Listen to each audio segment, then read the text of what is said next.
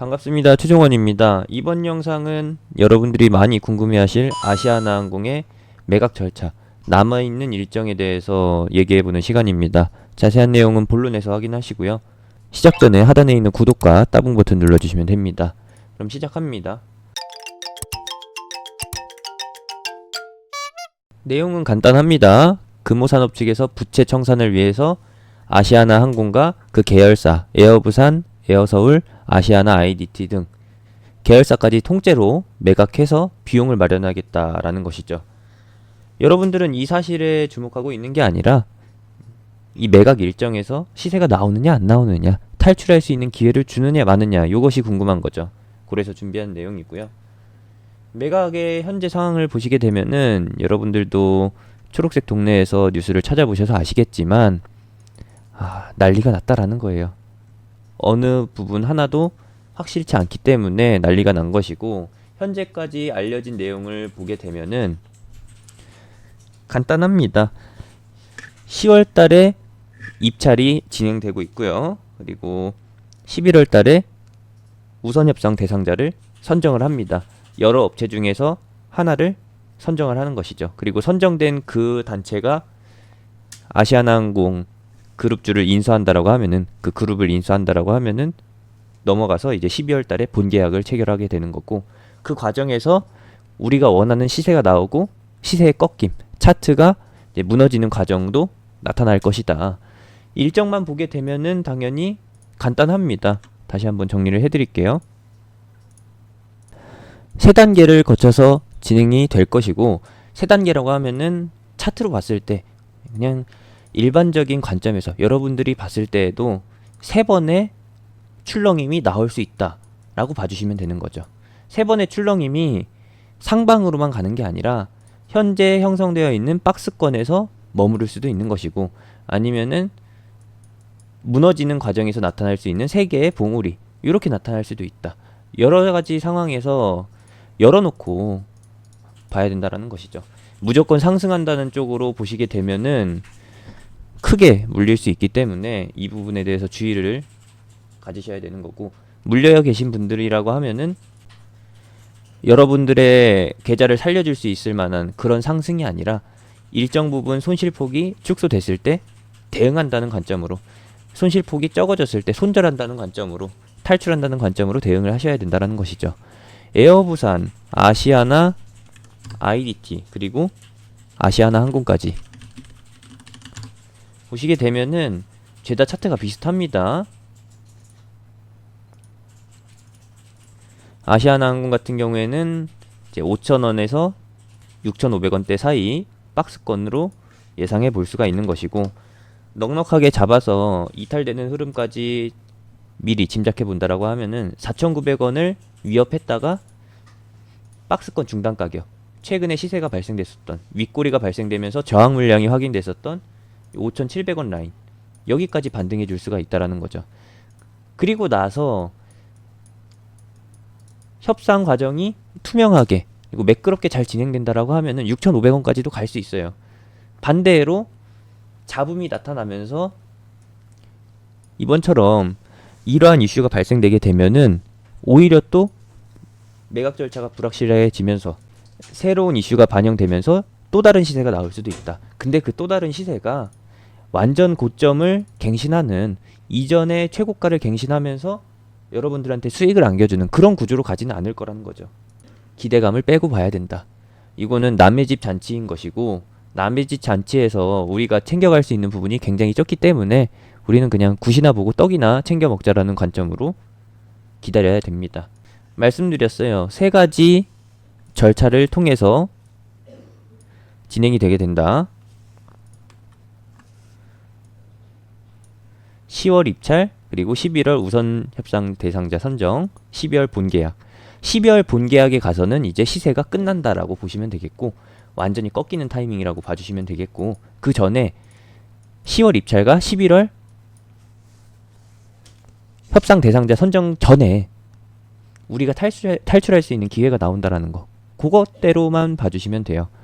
지금이 현재 10월인 거고, 이제 11월 달, 12월 달 이렇게 있는데 10월 달에 한번, 그리고 11월에 한번, 12월에 이렇게 꺾이면서 진행될 가능성이 있다라는 거. 그리고 혹시라도 잡음이 발생되면서 매각 상황이 입찰 상황이 다이나믹하게 변화를 보인다라고 하면은 뭐 많이 나타나봤자 내내 그냥 박스권 요 정도 수준, 요 정도만 보시면 돼요.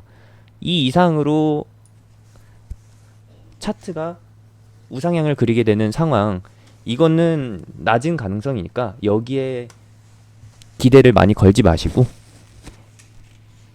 이번 10월 달에 발생되는 시세에서 비중 축소를 통해서 리스크를 줄여두시고 11월 달에서 12월 달 넘어갈 때 우선 협상 대상자를 선정하는 과정에서 시세가 나올 때 나머지마저도 다 털어내버리자라는 거. 만약에 이 과정에서 10월 고점을 돌파해가지고 새로운 시세가 나온다라고 하면은 그냥 아시아나항공 회사가 있는 쪽으로 절하면서 감사 인사드리면서 매도하시면 되는 거예요. 애초에 매매가 잘못된 매매였기 때문에 이거를 수익으로 탈출하자라는 생각을 가지고 계신다면은 그건 진짜 욕심인 거고, 다시 한번 잊지 마시고 손실이 줄어드는 상태에서 더 크게 안 잃었다라는 그 마인드로, 방어 잘했다라는 그 마인드로 대처를 해주시면 되겠습니다. 이제 차트를 보도록 하면은 아시아나항공 같은 경우에는 말씀드렸듯이 5,700원 정도가 포인트 가격이 되겠고, 5,700원까지 기다리실 게 아니라 5,500원 돌파했을 때부터 봐주시면 됩니다. 박스권은 4,900원에서 6,300원 정도로 볼게요. 그러면은 포인트가 되는 지점은 10월 달에서 11월 달은 여기 5,700원 목표로 보시면 되겠고, 아시아나 IDT 같은 경우에는 현재 하락할 수 있는 폭이 조금 더 남아 있습니다. 15,000원을 이탈할 수가 있다라는 것이죠. 그래서 14,800원까지 열어보고 최근에 시세가 나왔던 부분 29,000원 정도, 여기를 중간 포인트로 잡고요. 29,000원까지 기다렸다가 대응하는 게 아니라 29,000원이 꼭지점, 윗꼬리가 될 수 있으니까 19,800원에서부터 대응을 하자.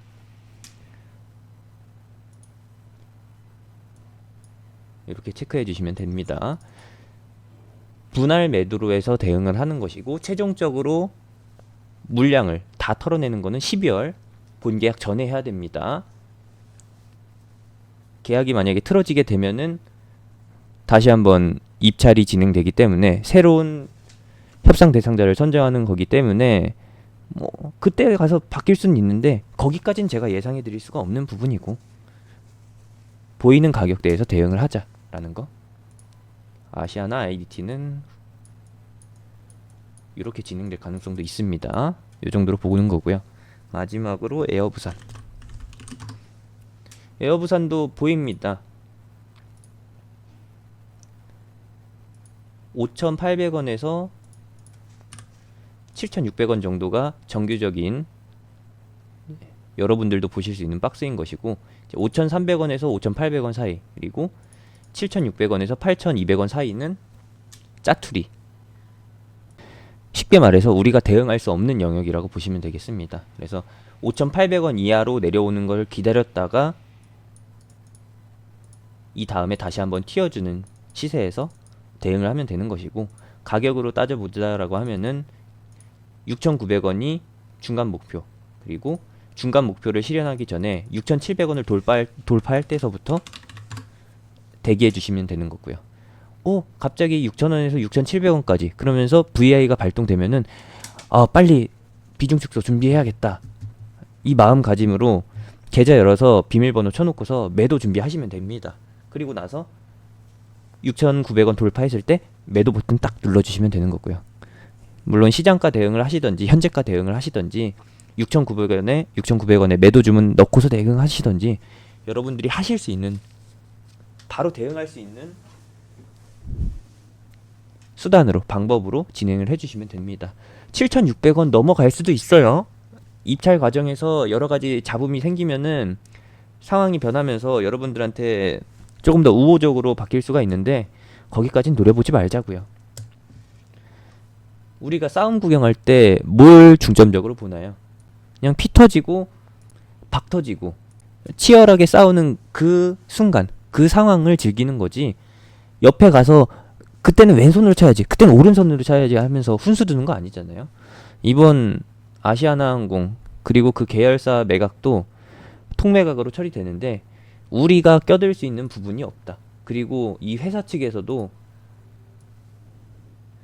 질문하지 말라고, 그냥 우리가 팔고자 하는 대로 너네는 따라오면 된다고, 살 준비만 하라고, 돈만 준비하라고 하니까 딱 거기까지만 보시면 됩니다. 우리가 더 개입할 수가 없고요. 우리는 그냥 시세 나오는 거에서 맞춰서 대응하면 됩니다.